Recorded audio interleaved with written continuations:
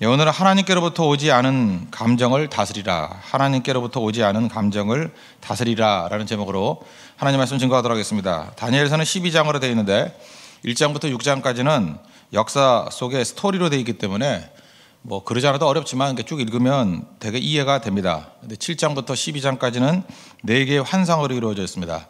요한계시록 수준에 좀 이게 이해가 안 되는 내용들이 많습니다.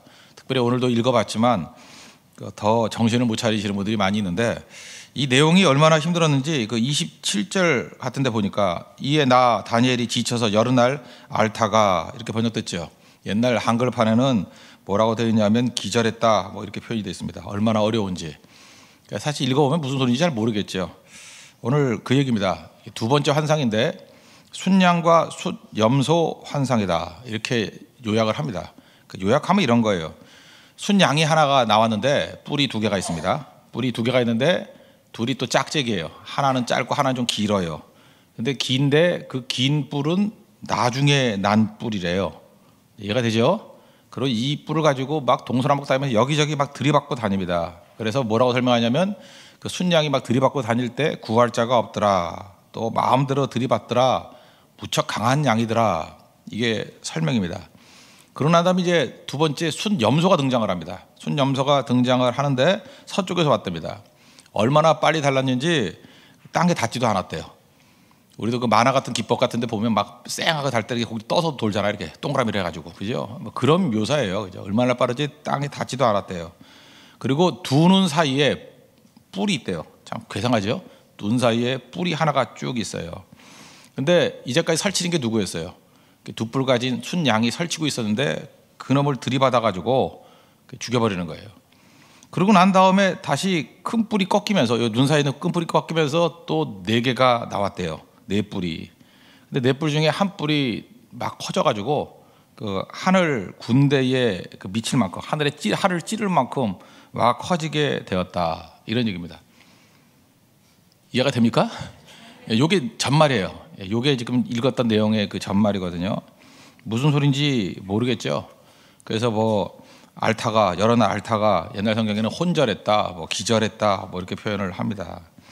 근데 이번 두 번째 환상은 너무 좋은 게 뭐냐면 8장 20절 이하에 비교적 친절하게 설명을 해줍니다. 설명을 해주고 어저께 제가 했던 그 역사적 해석하고 거의 같아요. 이게 해석을 해주는데, 먼저 이렇게 얘기합니다. 순양은 뭐냐 하면 뿔이 2개가 있다 그랬죠. 2개가 있는데 그게 메대와 파사예요. 거기 설명이 돼 있어요. 메대와 파사라고. 근데 원래 시작된 나라는 메대라는 나라인데 후반에 이제 합쳐진 나라 합병을 했어요. 결혼으로. 파사, 페르시아. 근데 두 번째 합병했던 페르시아가 더 커졌죠. 그래서 메대 파사지만 나중에는 페르시아 제국이 돼버리지 않습니까? 그래 나중에 자란 게 더 커졌다. 해석되죠? 예, 이거예요. 성경이 그냥 해석해 주겠어요. 두 번째 그 염소는 헬라라는 거예요. 헬라. 거기 가면 설명이 됐습니다. 헬라니까 그 헬라에 한 뿔이 나온다는 게 누구예요? 알렉산더가 얼마나 빠른 속도로 정복을 했는지 땅에 닿지도 않았다고요. 그래서 얼마나 빨리 했는지 그리스부터 시작해서 인도까지 다 점령해버리지 않았습니까? 근데 알렉산더가 어떻게 죽게 됩니까? 그 기세등등한 사람이 술과 여자, 그래서 나중에 뭐 성병으로 죽었다는 얘기가 있죠. 뭐 그래서 33살에 죽었습니다. 요절했죠. 그러고 난 다음에 뿔 4개가 나왔다. 이것도 해석이 쉬워요. 뿔 4개 나왔다. 4뿔이 뭐예요? 성경 그대로 보면은 알렉산더 제국이 망하고 난 다음에 4조각으로 쪼개진 거 아시죠? 4장군에 의해서. 그 4개로 나눠졌잖아요. 나눠져서 4뿔이 되었다. 근데 그 중에 한 뿔이 막 자라가지고 하늘을 찔렀다. 하나 자란 뿔이 뭡니까? 안티오코스 에피파네스. 혹시 뭐 역사를 좀 읽어보시면 알겠는데, 에피파네스는 신의 현현, 신이 나타났다 해서 뒤에는 갖다 붙인 거예요. 안티오코스라는 장군인데 안티오코스에서 안디옥이 나온 거예요. 그죠? 안티오코스. 이 안티오코스 에피파네스라는 그 사람이 얼마나 강력했는지 이제 우리 중간기에 나와요.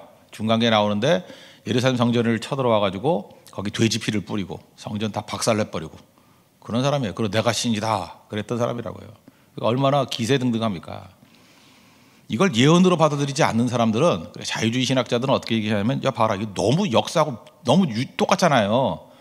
그러니까 이거는 다니엘 때 쓴 게 아니고 그 이후에 쓴 거다. 이후에 쓴 거니까 이게 맞는 거다. 그러니까 거기 예언을 하나도 믿질 않아요. 예언이 맞았다 그러면 다 뒤에 쓴 거래요. 그렇게 말할 정도로 정확한 예언이야 이게. 이게 역사적 사실이라는 것입니다. 그래서 하나가 찔렀다 뭐 이런 얘기예요. 근데 역사적 해석이 만약에 이것만 다 있다 그러면 우리에게 뭐 주시는 말씀이 뭐 쏘하시죠. 그래서 어쨌단 말이냐. 다 끝난 거 아니에요. 이 당시에 다니엘로 볼 때는 예언이지만 다 이루어진 거잖아요 지금. 그럼 우리에게 주는 메시지는 뭐냐. 그 사탄의 본질을 봐야 된다는 거예요. 어제도 말씀드렸지만 사탄은 변화되지 않습니다. 똑같아요. 그런데 날마다 이렇게 탈바꿈을 한다 그랬죠. 여러 모양으로 탈바꿈을 하는데 그 탈바꿈을 하기 전에 그 마귀의 본질을 봐야 된다는 것입니다. 마귀의 이름이 사탄이거든요. 사탄 또는 마귀라 그러는데 사탄의 뜻이 뭔지 아십니까? 반대하는 자예요. 특별히 그리스도를 반대합니다. 그래서 안티란 말이 여기서 나왔어요. 안티 크라이스트. 그 성경에 뭐라고 되어 있습니까? 적 그리스도. 안티 크라이스트, 적 그리스도. 그러니까 적대 세력이라는 거예요. 그러니까 그 말 속에 발이 다 들어있죠. 마귀의 특징이 뭡니까? 안티하는 거예요. 그리스도를 대적하는 거. 그러니까 대적하는 세력입니다. 반대하는 세력. 그러니까 그리스도를 대적하고 성도를 대적하고 교회를 대적하고 그게 뿌리예요. 마귀의 속성은 안티크라이스트라니까요. 적그리스도. 오늘 보니까 우리에게 필요한 건 이 내용인 것 같습니다. 도대체 이 적그리스도 마귀의 특징이 뭐냐, 사탄의 특징이 뭐냐. 오늘 세 가지의 큰 특징이 있는데 이걸 알고 마귀를 멸할 뿐만 아니라 우리도 마귀가 틈탈 수 있다고요. 마귀의 도구가 될 수 있다고요. 그래서 조심하고 일어설 줄 알아야 된다는 것입니다. 이 안티크라이스트의 특징이 뭐냐면 첫 번째는 엄청난 분노가 있다는 겁니다. 분노. 그러니까 마귀의 힘의 원동력은 어디서 나오냐면 분노에서 나와요.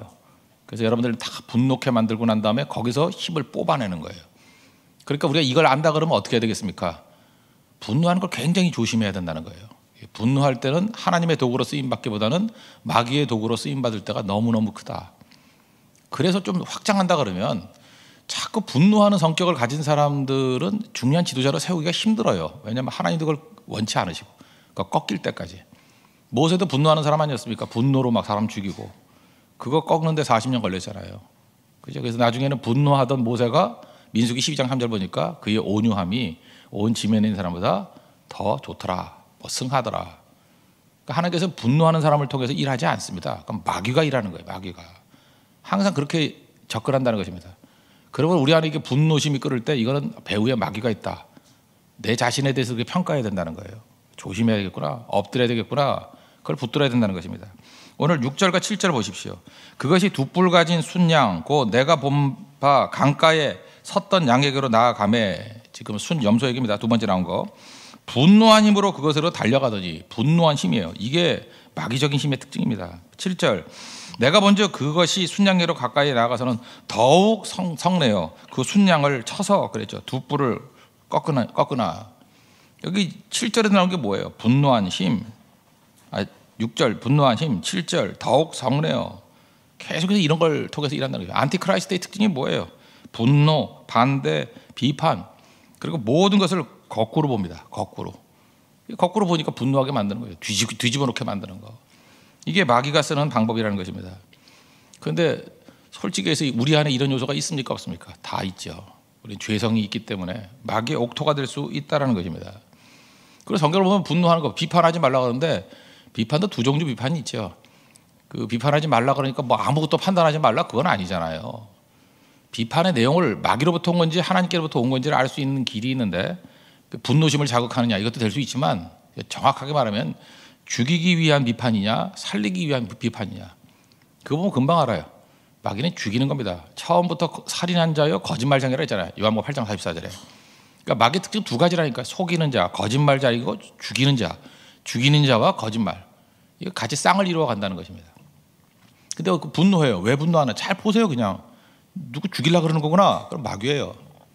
근데 분노해도 뭐 이런 분노가 있죠. 야, 와, 우리가 왜 이렇게 기도를 안 해? 막 이렇게 분노할 수 있죠. 이 마귀에게 이 조롱당한 게 뭐야? 지난주 같은 때는 뭐 이그나이트 서울 해가지고 뭐 젊은이 10,000명이 모였어요. 아니 신발 장수가 모아도 10,000명이 모이는데 그때 우리 분노했어요, 안 했어요? 화가 나죠, 그죠? 분노했는데 우리가 복음으로 말미암아 저 영혼들을 건져야지. 이런 분노집이 일어나야죠. 많이 모였는가 보다, 뭐 티가 예쁘다, 뭐 세월은 간다 이러면은 그 문제가 있죠. 그걸 바라보면서 약간 영적인 자극을 받고 내 자신에 대해서 분노하고, 그죠? 우리 모습에 대해서도 왜 이렇게 연약한 가운데 있고 하나님의 뜻을 다 이루지 못하느냐에 대해 분노가 있어야죠. 그건 왜 그렇죠? 살리는 분노 아니에요. 살리기 위한 거. 왜 못 살리냐 하는 거. 그건 하나님께로부터 온 것이라는 것입니다. 그런데 마귀로부터 온 분노의 특징은 뭐냐면 그 힘이 다 죽이는 거예요. 죽이는 거. 순념도같이 죽이는 거. 야고보서 1장 20절 보니까 사람이 성내는 것이 하나님의 의를 이루지 못함이라. 성경이 명확히 얘기하잖아요. 이 분냄을 통해 가지고 하나님의 의가 이루어지는 예가 없다라는 거예요. 이건 뭐예요? 이 분노는 무슨 분노겠어요? 죽이는 분노죠. 마귀적인 분노. 그런 게 있다는 것입니다. 그래서 에베소서 4장 26절에 우리 일상생활 속에서 이렇게 얘기하잖아요. 분노가 없을 수는 없잖아요. 감정이니까. 시편도 모든 감정이 다 있다 그랬죠. 근데 그 감정을 다루는 지혜를 우리에게 보여주고 있습니다. 분을 내어도 죄를 짓지 말고, 분도 죄 안 짓는 게 있어요. 얘기 있잖아요. 분을 지어도 죄를 짓지 않는 게 뭐예요? 죽이지 않는 거. 죄를 짓지 말고. 또 하나, 어떤 분이라도 해가 지도록 분을 품지 말고. 무슨 얘기예요? 분노는 제한적이 돼야 된다는 거예요. 근데 마귀의 분노는 뭐냐 하면 분노로 또 기름을 붓고 또 기름을 붓고 해서 계속 분노가 끊임없이 만드는 거예요. 그래서 분노가 인격이 되게 만들어버려요. 이거 문제가 있죠. 분노할 수 있습니다. 근데 분노가 자기를 불살라버리면 안 되잖아요. 그래서 우리는 이렇게 다짐해야 됩니다. 해가 지도록 저녁되면 분 다 풀어버려야 돼요. 기도하고 분노를 품고 잠자리에 들지 마십시오. 죽습니다. 언제나 하나님의 은혜를 사모하면서 잠자리에 들 수 있는 그 모습이 있어야 된다는 것입니다. 그러니까 안티크라이스트의 특징이 뭐예요? 분노, 그죠? 분노한 힘. 그걸 정확히 알고 분별할 줄 알아야 되고, 내가 또 마귀의 도구가 되지 않도록 힘쓰는 믿음의 종 되기를 바랍니다. 두 번째로 안티크라이스트의 특징이 뭐냐면 교만이라는 거예요. 교만. 8절, 10절, 11절 보시면 그것이 하늘 군대에 미칠 만큼 커져서 그 군대의 별들 중에 몇을 땅에 떨어뜨리고 그것들을 짓밟고, 11절 또 스스로 높아져서 군대 주제를 대적하며 나오죠. 그 스스로 높아져서, 그러니까 마귀의 특징이 뭐냐면 높아지는 거예요. 스스로 높아지는 거, 교만. 그러니까 천사가 교만해져 가지고 마귀가 된 거 아닙니까? 더 높여가지고 하나님만큼 높이 해가지고, 그죠? 그게 마귀예요. 그러니까 무능한 자가 이 마귀 되는 거 아니라고요. 우리 유능한 사람이 더 힘든 겁니다. 아예 무능하면요, 저 사람은 마귀 되긴 좀 힘들죠. 그죠? 어차피 무능하니까. 되게 유능한 사람들 가운데 스스로를 높여서 하나님을 무시해버리고 이게 사탄적인 존재가 돼버리는 거예요. 사탄은 그래서 교만함이 있습니다. 교만함의 특징이 뭐예요? 내가 최고다. 나밖에 없다. 내 판단이 옳다. 누구 말도 듣지 않는다. 자기 뜻이 최고예요. 내 뜻대로 안 되면 뒤집어 엎고라도 발악을 해요. 꺾이는 게 없어요. 어떤 권위, 말씀 앞에 꺾이는 게 없어요. 그래서 뭐 이런 거 있죠. 뭐 내 고집은 누구도 못 꺾어, 뭐 이런 거. 괜히 교만한 거거든요. 왜 못 꺾어요? 말씀 앞에 꺾여야지. 하나님께서 그거 완전히 작사를 내버린다고요. 그거 하나님이 택한 백성이라 그러면. 고집이 좋은 거 아닙니다. 하나님 앞에 꺾이는 거죠. 야곱도 보세요. 고집 부리다가 다 깨져버렸잖아요. 미국에도 원래 보면 그 찰스 러셀이라든지 조셉 스미스라든지 이 사람들 대단한 사람들이었어요. 이 사람들은 뭐 성경 풀이로 최고였고, 이게 설교도 잘하고요. 그 다음에 뭐 10대, 20대 때 영적인 체험을 하고요. 그랬던 사람이에요. 찰스 러셀하고 조셉 스미스가 누구냐 하면은 하나는 여호와의 증인 창시자고 하나는 몰몬교 창시자예요. 누군지 몰랐죠. 갑자기 내가 얼굴 보니까 모르는 것 같아. 그래서 설명해 드리는데, 이 사람들이 얼마나 대단했냐 하면 뭐 말씀 듣자마자 그냥 해석하고 엄청났어요. 그러면 성경을 다 알아요? 어떤 건 해석이 안 되고 모르는 부분이 있어야 되잖아요. 모르는 부분이 있으면 스탑해야죠. 그죠? 모르는 부분이 있으면, 해석이 안 되는 것이면 그 해석이 더 선명하게 되는 부분을 가지고 빛을 비추어서 풀든지 아니면 유보해야 됩니다. 무조건 다 억지로 다 풀면 안 돼요. 사살에 억지로 풀지 말라 했잖아요. 베드로 사도도 얘기하기를. 그런데 교만해지면 어떤 일이 벌어지냐면 내가 못 푸는 게 어디 있어, 뭐 이런 거죠. 내가 이해 못하는 게 어디 있어. 그러면서 모르는 것도 안다고 얘기합니다. 안다고. 그러다가 이단 돼버리는 거예요. 엉뚱하게 돼가지고. 그래서 결국은 그 몰몬경이라는 거 만들었죠. 성경보다 더 심오하다 이래가지고. 몰몬 교도들 보십시오. 그 사람은 기독교인들 아니에요. 성경은 들고 있지만 읽지도 않고 몰몬경만 들고 다녀요. 모든 이단들이 다 그렇게 간다는 거예요.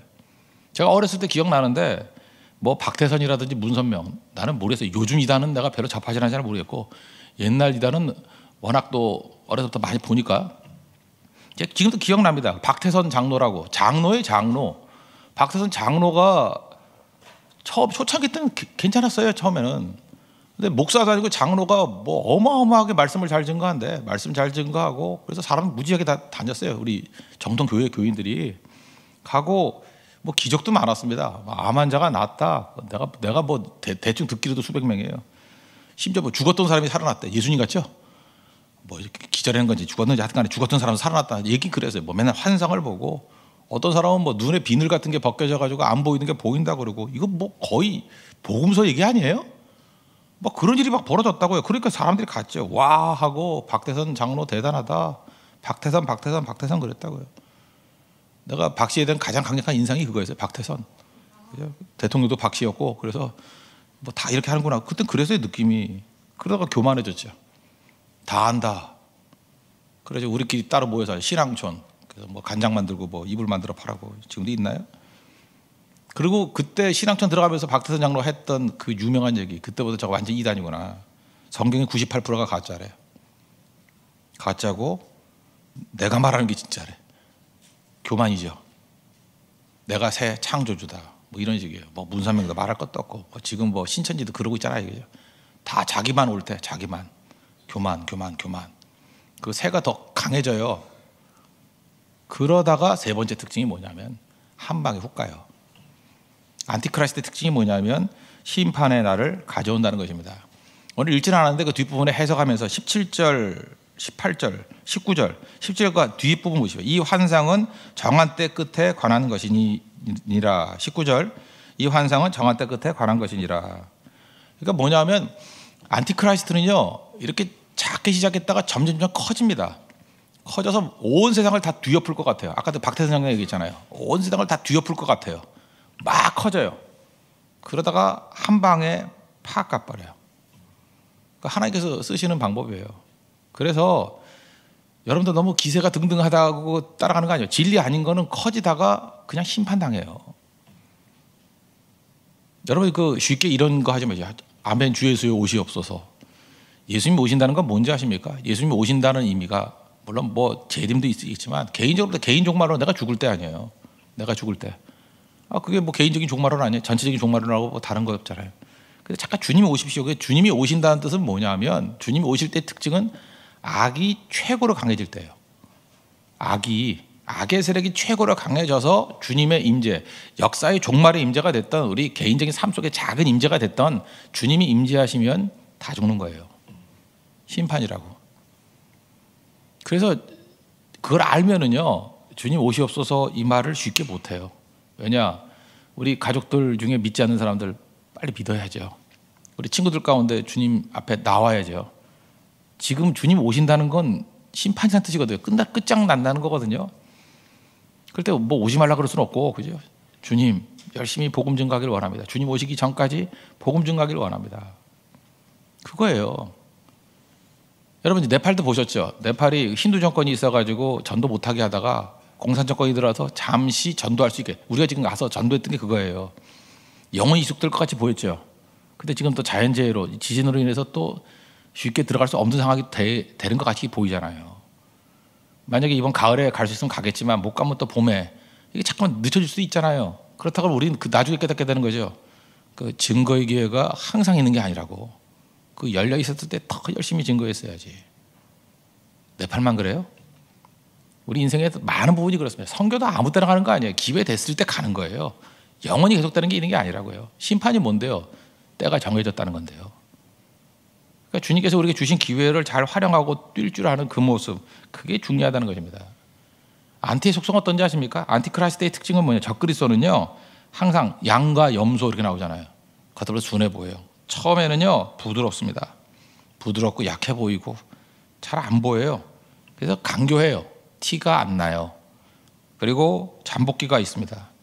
그리고 기회를 엿봅니다. 그리고 조용해요. 그러다가 시간이 가면 갈수록 자꾸만 힘이 세지죠. 힘이 세지면 힘을 막 휘둘러요. 이제 그 뿔을 갖고 막 들이받고 여기저기 치고, 그래서 온 세상이 그 순념소가 다 지배하는 것 같이 보여요. 그게 충만해졌을 때 주님이 오시는 거예요. 그래서 무너지는 거죠. 대표적인 건 역사를 보시죠. 바벨론 망하지 않을 나라 같이 보였는데 그 벨사살 때 보세요. 그 미친 짓 하다가 손가락 나와서 했다. 그날 죽었어요 그냥. 그거 다 아시죠? 페르시아 그 기세 등등한 것 같은 나라가 그냥 무너지잖아요. 헬라 알렉산더 얼마나 대단해요. 그래도 모두 갚버리잖아요. 뭐 여러분도 보면 그래요. 역사상 보면 그래서 이게 안티크라이스트, 세상에서 좀 유명한 사람들은 다 적그리스도라 그랬어요. 그 얼마 전까지만 해도 히틀러 나왔을 때 히틀러가 적그리스도라 그랬고, 얼마나 힘이 셌습니까? 그냥 한 번에 갚버리고. 그래서 여러분 함부로 적그리스도라고 막 누구 매도하는 거는 그 올바른 거 아니에요. 심지어 미국에서는요, 오바마가 대통령 됐을 때 적그리스도라고 그랬어요. 오바마 저거 적그리스도라고. 저거 말은 안 하지, 저거 이슬람교도고 나오면 미국 다 뒤집어 엎는다고. 5년만 지나보라고. 5년 더 지났는데 아직은 아닌 것 같고, 그죠?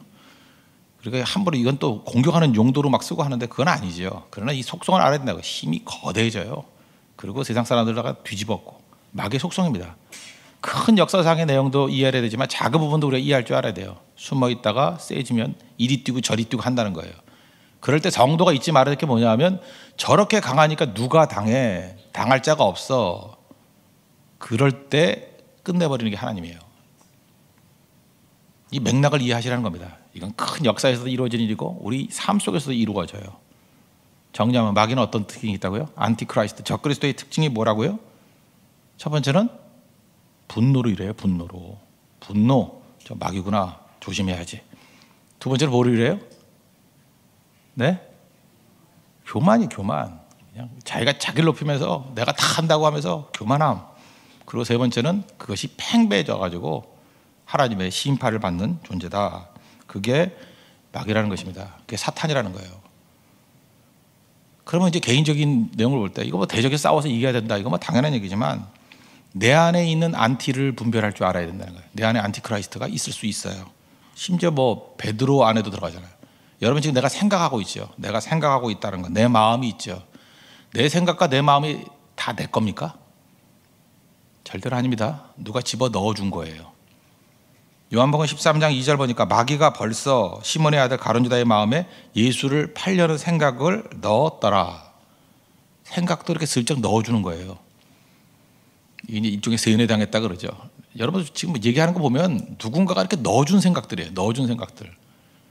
잊지 마십시오. 하나님이 넣어준 생각 말고는 다 조심해야 됩니다.